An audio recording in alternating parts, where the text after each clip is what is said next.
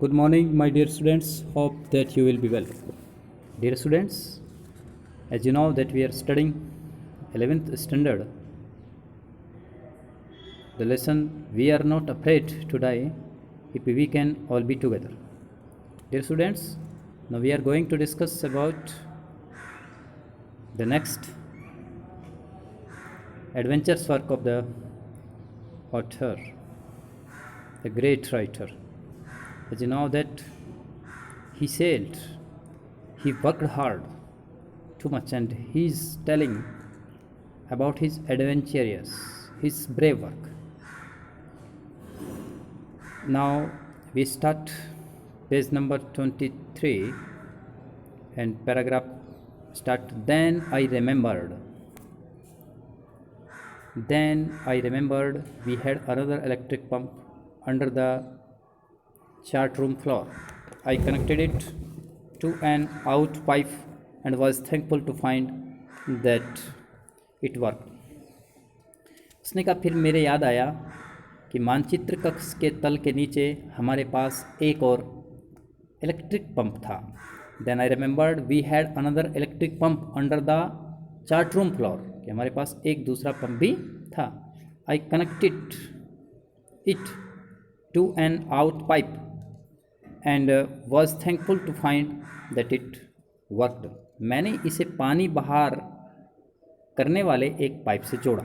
I connected it to an out pipe, है ना, जो बाहर पानी निकाल रहा था उसे जोड़ा. And was thankful to find that it worked, और इसे काम करता हुआ देखकर बड़ा प्रसन्न हुआ. And was thankful to find that it worked, ये कार्य कर रहा है, इससे पानी जा रहा है. Next paragraph, dear students, pay attention to it. The night dragged on with an endless, bitterly cold routine of pumping, steering, and working the radio. We were getting on no replies to our Mayday's calls. Mayday calls, which was not surprising in this remote corner of the world. The night dragged on. Dragged on क्या होता है? बहुत लंबी खिंचती चली गई. Drag का मतलब बहुत दूर तक चला जाना. ड्रैग्ड हो गया, ड्रैग्ड आउट, लंबी खिंचती चली गई. यहाँ पर बताया गया है कि पानी बाहर करने, नाव के संचालन और रेडियो से संपर्क साधने के अंतहीन, बेहद नीरस और थका देने वाले काम को करते करते रात किसी तरह बीती.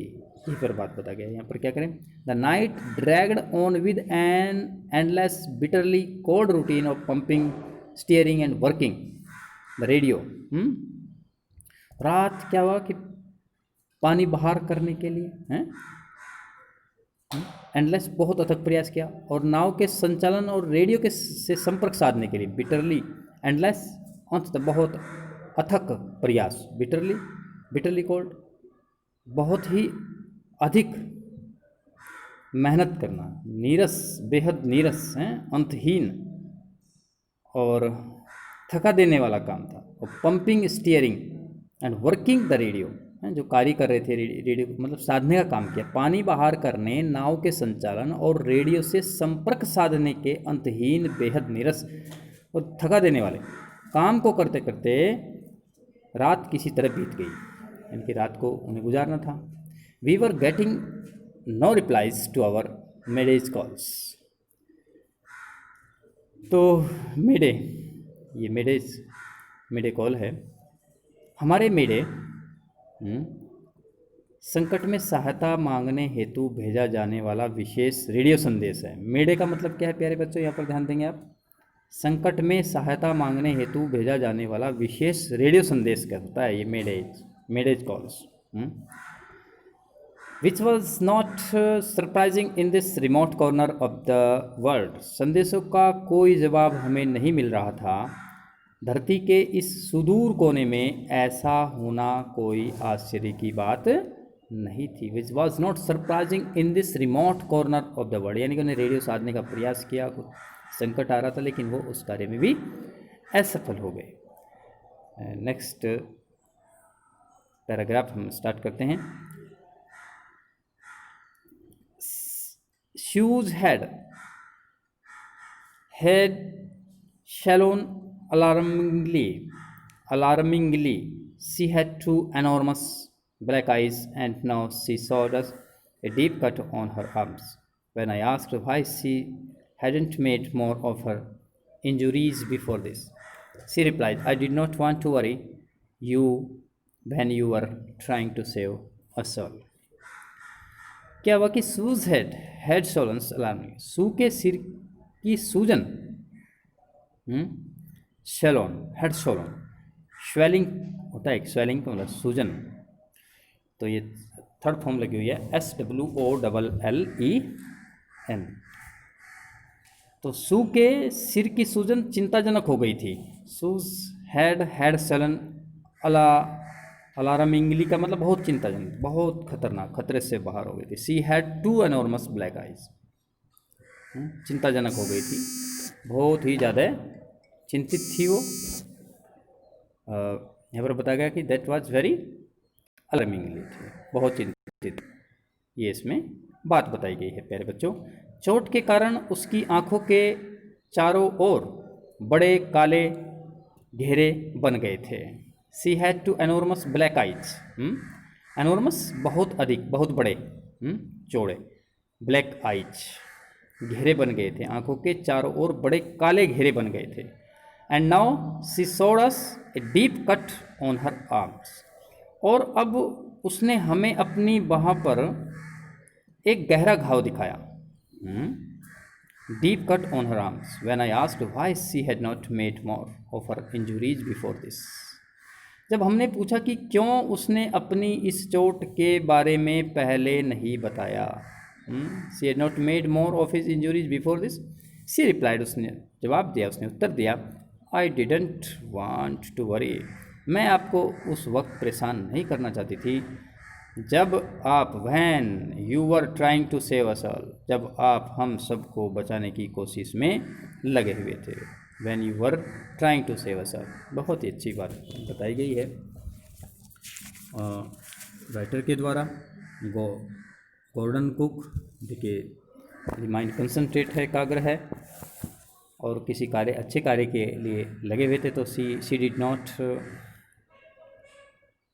Want to disturb the author. Next paragraph we are going to start. It's very important.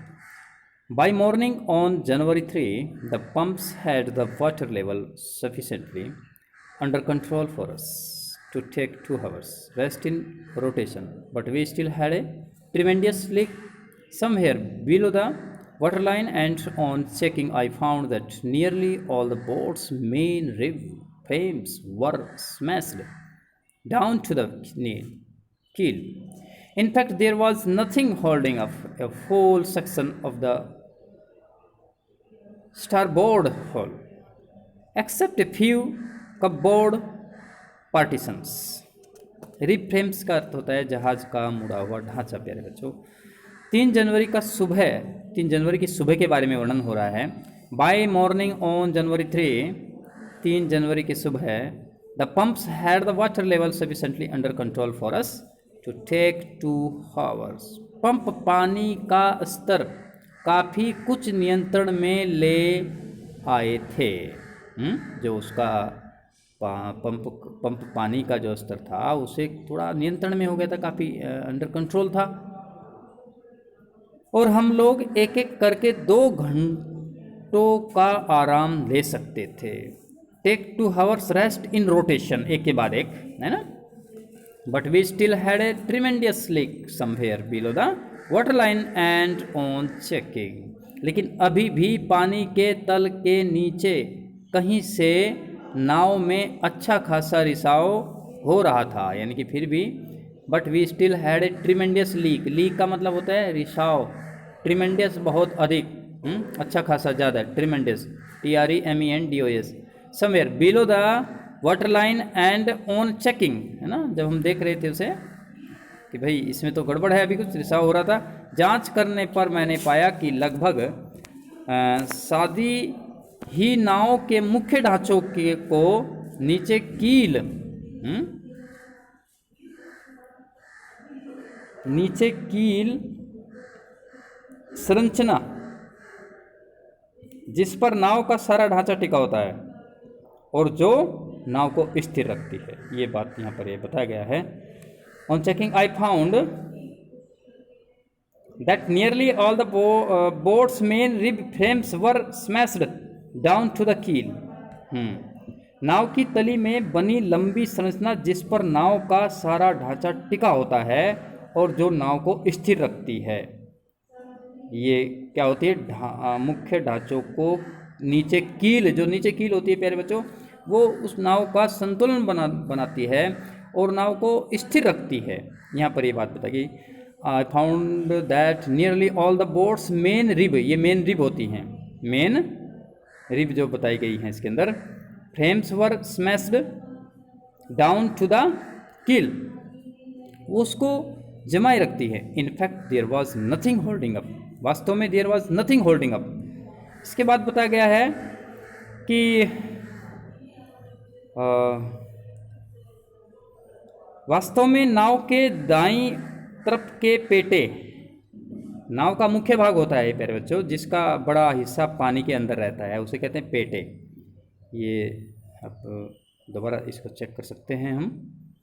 In fact there was nothing holding, in fact there was nothing holding up a whole section of the starboard hull except a few cupboard partitions। तो इसमें क्या बताया गया है, नाव के दाईं तरफ के पेटे जिसका बड़ा भाग पानी के अंदर रहता है, एक पूरे हिस्से को सिर्फ एक अलमारी के भागों ने थाम रखा था। अलमारी के जो भाग थे उन्होंने थाम रखा था। Starboard hull except a few cupboard partitions, तो जो सेक्शन था वो इस तरह से रखी थी, यानी कि बहुत खतरे में थी नाव। और यहाँ पर बिल्कुल स्टेप बाय स्टेप और बहुत अच्छा the good description is going on by the author and he is telling the what was the condition of a boat at the time. That was very critical time. The writer is telling and try to understand the readers very well. Definitely it was great danger, a great brave work. So dear students, listen carefully this lecture again and again. I hope that you understand it very well, dear students, and you should learn the summary of this lesson, and within 2 or 3 days we will try to complete this lesson because it's a vast lesson. My dear students, as you know that my channel is active, सो आप subscribe करना मत भूलें और इसको share भी करें जहाँ पर आपका संबंध है, रिलेशन है, ताकि वो बच्चे भी इसका लाभ उठा लें। Because in this lockdown students are not working properly, but it is a good resource, you can say that it's a good thinking, and through this trick the students can understand it properly। वो बच्चे भी इसका फ़ायदा उठा सकते हैं। आप इसको शेयर भी करें, लाइक भी करें और सब्सक्राइब करें और कराएं ताकि सभी बच्चे इसका लाभ उठा सकें। Thank you very much my dear students, be happy.